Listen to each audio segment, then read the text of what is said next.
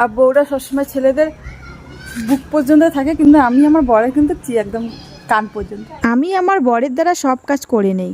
সংসারে অর্ধেক কাজ আমার বরেই করে। আমার বর বাড়ির বাইরেও কাজ করে, আবার বাড়িতে এসেও কাজ করে। সংসারটা কি আমার একার যে আমি একাই করব? তাই বরকেও সবসময় আমি ব্যস্ত রাখি। বাড়ির বাইরেও কাজ করে, আবার বাড়িতে এসেও কাজ করাই। আমি এরকমই। আমি সত্যিই খুব খারাপ। আমাদের স্বামী স্ত্রীর মধ্যে একদমই মিল নেই। ও আলাদা আর আমি একদম আলাদা। গুড মর্নিং বন্ধুরা, welcome to my new blog. আজকে দেখো অনেক দিন পর আজকে আমি একটু ডেইলি ব্লগ শেয়ার করব। ভিডিও তো দেওয়াই হচ্ছে না এই গরমের জন্য, তার মাঝখানে মানে কি বলবো সময়টাই হচ্ছে না। তো ভাবলাম যে আজকে একটা ব্লগ শেয়ার করি, অনেক দিন হয়ে গেল ব্লগ দিচ্ছি না। পুষ্কুসোনা পাপা তো ঘুমোচ্ছে, আর আমার এদিকে মানে বাসি কাজ শেষ হলো, উঠোন ঝাড়া, বাসন মাজা, জামা কাপড় ধোয়া। এখন আমি রান্না বসাবো। একদম কাজ টাজ করেই তোমাদের সামনে আসলাম। দেখো এদিকে জামা কাপড় ধোয়া হয়ে গিয়েছে, মেলা হয়ে সবগুলোই মেলে দিয়েছি। দেখো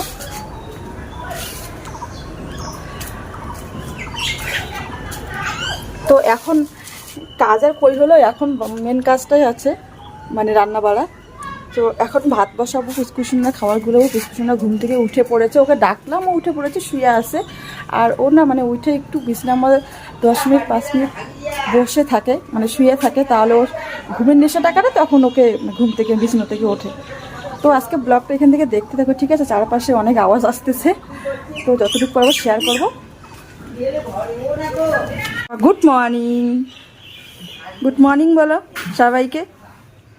দেখো ও বিছানার মধ্যে মানে ঘুম থেকে উঠে পড়েছে, ওঠার পর কিন্তু ও 10 মিনিট বিছানার মধ্যে শুয়ে থাকে, তাহলে ওর শরীরটা যখন ফ্রেশ হয়ে যায়, ঘুমের নেশাটা কাটে, তখন ওকে ঘুম থেকে মানে ওঠে। আমি ওকে ডাকলাম, বললাম বাবা তুমি ওঠো, আমাকে বলে মা আমি একটু বিছানায় শুয়ে থাকি। সব কথা শিখে গেছে বলা। আর এ দেখো আলসিয়া, চোখে ব্যথা পেল, চোখটার মধ্যে একদম ভুটি আঙুল দিয়ে ঠাসা মারল। ব্যথা দেয়নি, হালকা লাগছে, সেরকম লাগে নাই। লাগলে তো একদম তোমার চোখ বেড়ে যেত না। সেই ব্যথা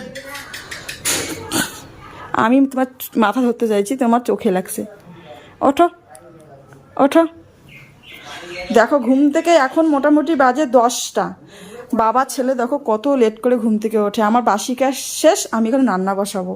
তুমি তাহলে চিন্তা করে দেখো কী ধরনের অলস টাইপ। ছেলে অবশ্যই পরে কিন্তু ঘুম থেকে উঠে কিন্তু বলবে, তাড়াহুড়ো করবে যে আমার দেরি হয়ে গেছে, দেরি হয়ে গেছে, দেরি হয়ে গেছে। আর পুষ্কুসোনাকে দেখো, বাবা বাবা গুড মর্নিং বলো, গুড মর্নিং। সবাইকে গুড মর্নিং বলে দাও। বলবে না? বলবো না? বলো না। গুড মর্নিং জোরে বলো, জোরে বলো। বাবা তুমি কোথায় যাবে? নদীতে যাব। হ্যাঁ নদীতে যাব। না যত কথা, ওগুলো কথা বলতে হয় না। বলো দিদুন বাড়ি যাবে। দিদুন বাড়ি যাবে? কি দিদুন বাড়ি যাবে? কি বুঝাও না বুঝাও ভান করতেছো। ওঠো ওঠো, খাবে এখন, ওঠো, তুমিও ওঠো, ওঠো ওঠো। রোজকার ডেইলি রুটিন। রাত্রেবেলা করে আবার ঘরে নিয়ে যাই, সকালবেলা হলে আবার আবার নিয়ে আসি টাইনে টুইনে। এটা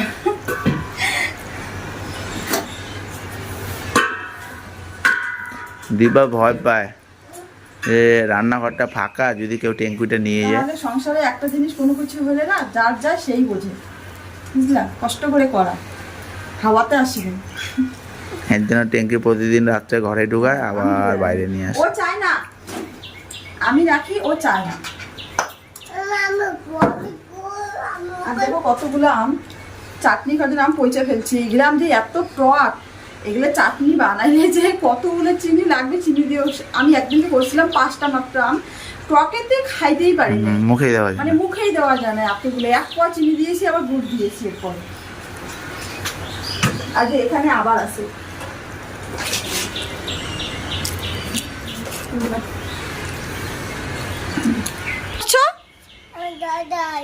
ব্রাশ করছো? ধরে না তো হচ্ছে ও কিছু পড়ে নাই তো শরীরের মধ্যে, এই জন্য ওকে সম্পূর্ণ দেখা। জল খেতে হবে না, তুমি যাও। তোমাদের ই করো তো, দাঁতগুলো দেখাই। ই করো তো দেখি কেমন পরিষ্কার হয়েছে। হ্যাঁ হ্যাঁ, ভালো করে করো, ভালো করে করো। দেখো বাবা ছেলে একদম সমান, একের সাথে সব কিছু কাজ করে। এ ব্রাশ করতেছে, ওইদিকে দেখো ব্রাশ করতেছে। তাহলে কত মিল। আর এদিকে তো খাচ্ছে, পালাচ্ছে আবার। এই ওই যাস কেন তুই?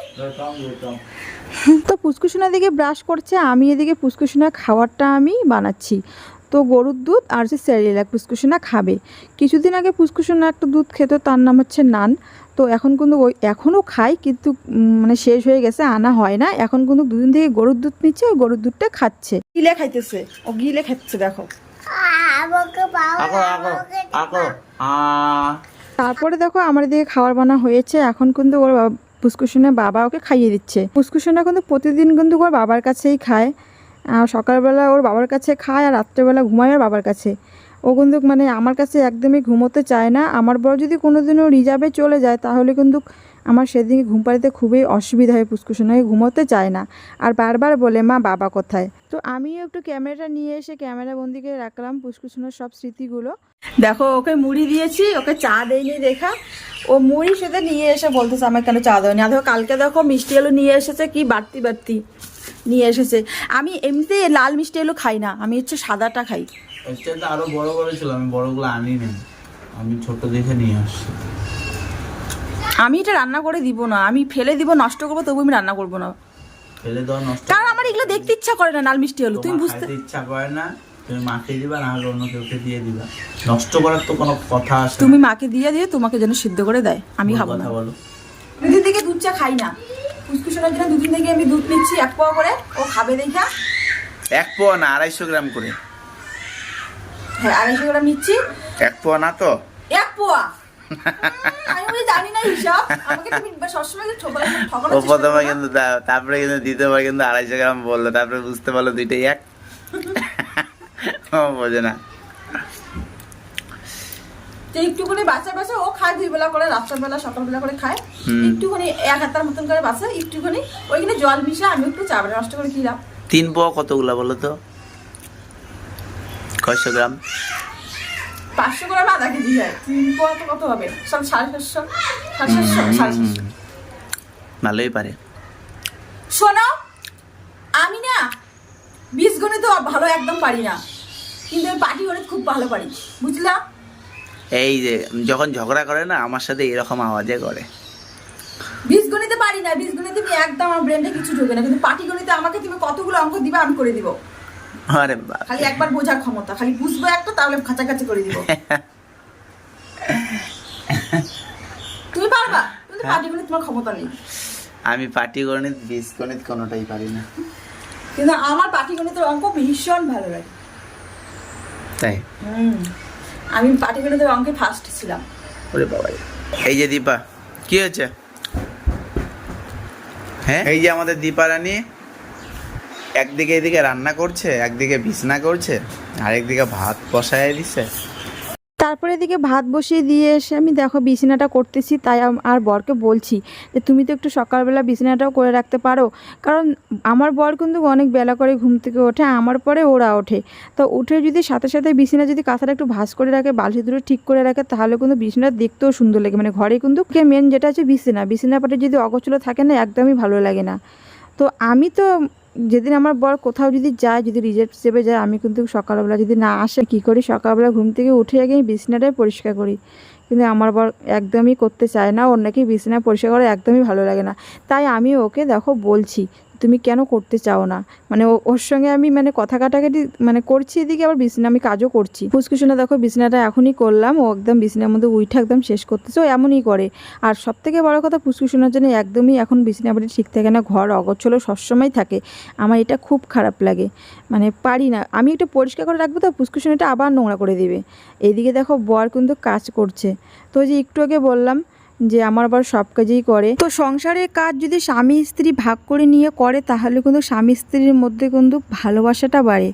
মিলেমিশে হাসি খুশি যদি একসঙ্গে করা যায়, তো সত্যি তার মতো মানে খুশি আর কিছু হয় না। দুজন মিলেমিশে কাজ করা, সংসারে কাজ। আমরা তো আর বাইরে গিয়ে কাজ করতে পারবো না, তাই বাড়িতে যতটুকু সময় বর থাকে অতটুকু সময় যদি কাজে কাজে একটু হাতে হাতে হেল্প করে দেয় কিন্তু খুবই ভালো লাগে, তার মাঝখানে হাসি আনন্দ সময়টা কেটে যায়। তো তোমরা আবার ভেবো না যে আমি আমার বরের দ্বারা সব কাজেই করে নেই, বাসন মাজা উঠোন ঝাড়া ওগুলো কিছুই না। শুধু আমার বর আমটা চাটনি বানাবো তো শুধু আমটা ছুলে দিচ্ছে, মাঝে মাঝে একটু দেয়। আমি যদি একটু কোনো কাজ করি, যদি বলি যে একটু ভাজাটা নেড়ে দাও তো ভাজাটা নেড়ে দিবে, বা একটু বিছানাটা তুলবে মাঝে মাঝে, বা একটু কোনোদিন যদি বলি ভাতটা একটু বসিয়ে দাও তো বসিয়ে দেবে। তা এমন না যে সম্পূর্ণ কাজ আমি আমার বরের দ্বারাই করাই। আমার বড় তো বাইরে কাজ করে না, পরিশ্রম করে না, আমি কি বরের দ্বারা সব কাজ করে নিতে পারি? কিন্তু বর যতক্ষণ থাকে বাড়িতে ফুসফুসানোর দায়িত্ব কিন্তু বরের হাতেই থাকে।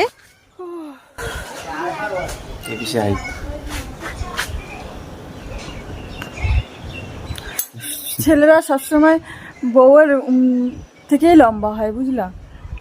আর বউরা, আমি জল খেলাম, জল খেয়ে আমার ঢেকে আসতেছে, আর বউরা সবসময় ছেলেদের বুক পর্যন্ত থাকে, কিন্তু আমি আমার বরের কিন্তু একদম কান পর্যন্ত। আমি একটু হাইটটা একটু বেশি, তাই না? তো বন্ধুরা, কালকে তো ব্লগটা মানে কন্টিনিউ করতে পারিনি, পরে আর কিন্তু মানে ব্লগটা যে ফিনিশিং দিব ওইটাও কিন্তু করতে পারিনি। তো আজকে এখন আমি সকালবেলা তো ব্লগটা বাড়াবো না, এখানে ব্লগটা এন্ড করে দিব। এত লম্বা মানুষের কাছে কি আমি পারি? মোবাইলটা তুমি তো ধরতে পারো। বলো। তো ভাবলাম যে আজকে ব্লগটা এখানে এন্ড করে দিব, বেশি বাড়াবো না। 2 দিনের ব্লগ এমনিতে আমি রাখতে চাই না, তো কালকে যেহেতু ফিনিশিংটা করিনি তো আজকে ফিনিশিংটা করতেছি। তো আজকে ব্লগটা এখানে এন্ড, দেখা হবে আর নতুন কোনো ব্লগে, তাই না? মাথার চুলগুলো বড় হয়েছে, চুলগুলো কাটতে হবে না? সম্পূর্ণ তোমাকে বলে দিতে হবে প্রত্যেক মাসে মাসে যখন চুল কাটা, আমি বলে চুল কাটো চুল কাটো চুল কাটো। চুল কেটে আবার দেখা হবে নতুন কোনো একটা ব্লগে। না, কতদিন পর পর না, ও কবে এখন চুল কাটে ওর অপেক্ষাটা থাকলে হবে? তো বন্ধুরা, আজকে ব্লগটা এই পর্যন্ত। আমি এখন রান্না করি আর ফুসফুসনে মোবাইল দেখতেছি। তো দেখা হবে।